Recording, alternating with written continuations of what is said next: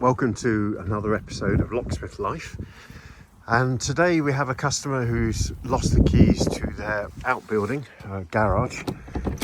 There are two doors on the front. Both of them are bolted from the inside, so this is the only access. And as you can see, it's a mortise lock of some description. So the first thing I need to do is identify what we're dealing with here. Let's see if we can do this while the camera is running. I can see lots of rust, and it's hard to actually see a curtain in there. So, and I can't really see any colour. There might be some whites there. So I think the first thing I'm going to do is take the door furniture off and take a closer look.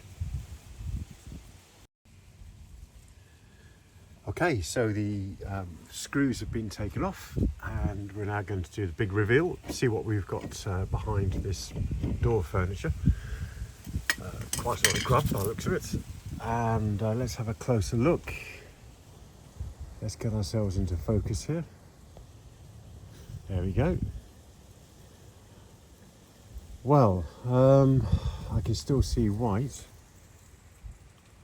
Oh, there's a bit of red paint there on the right.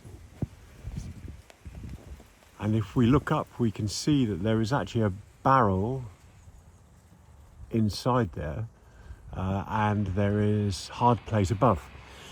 So I think what we're dealing with here, yes, we are. This is an ERA Fortress Classic, which has the concealed curtain, so you can't actually see the curtain from the outside, or you can't directly engage with it. And it also has an internal ward as well, so making it difficult to pick with a tapered pick. So what I think I'm going to do here is I'm going to use the GJ decoder and build a makeup key and see if we can get this door open. First things first, I think I'm just going to find a way of propping this camera up so that I can continue taking some decent film for you. Right, I've managed to prop the camera up on my ladders, and what I'm going to do is use the GJ decoder to take a reading off the heels of the levers so we can identify what numbers they are. So first things first, make sure that this tool is in the correct orientation. It says bolt left, which means that the reader tip, as you can see, is canted round to the right actually, so that it can rotate round and read underneath the lever heels. And it's always a good idea when you get this out of the box just to check that everything's tight, and the tip especially, also this screw here. Just make sure that the tool is actually secure. I have had a couple of occasions where the tip has been a little bit loose and it's been difficult to get a reliable reading before it's been tightened. So what we need to do is we need to insert this in.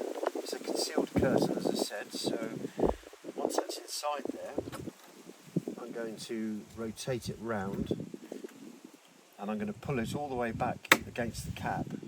Now there's a slight ward on the inside, which is going to make it a little tricky to read the lever nearest the cap. So what I'm going to do is I'm going to hold it nice and square. I'm going to put it all the way out, and then I'm going to rotate it round, and we'll see basically what we get on the scale there. And I'm reading a 3 there. This is my own custom scale. I calibrated this tool using my own lever sets so that I would be confident in the field that the marks on here are going to relate exactly to what's inside the lock. So the nearest lever nearest the cap there is a 3. Let's push it in 1. So we've gone in 1, and it's rotated round. Well, there we go, that's gone all the way round now to a 1 height. So we had a 3 and now we've got a 1. Let's push it forward. It's being blocked by the next lever, so I'm going to have to rotate it round until it drops in. There, that's gone in. And it stopped there on a 5. So it's a 315. Push it in again. That's stopped now on a 6, and finally we should have another 5 at the back of the lock there, which we have because of the ABA pattern. So it looks to me like 31565 is what the scale is telling me here, and there's no reason for me to doubt that because I've calibrated it and everything's nice and tight. So what I'm going to do is I'm going to take this tool out, and I'm going to create a makeup key with that bitting, and then we'll be able to see if it's the correct bitting for this lock.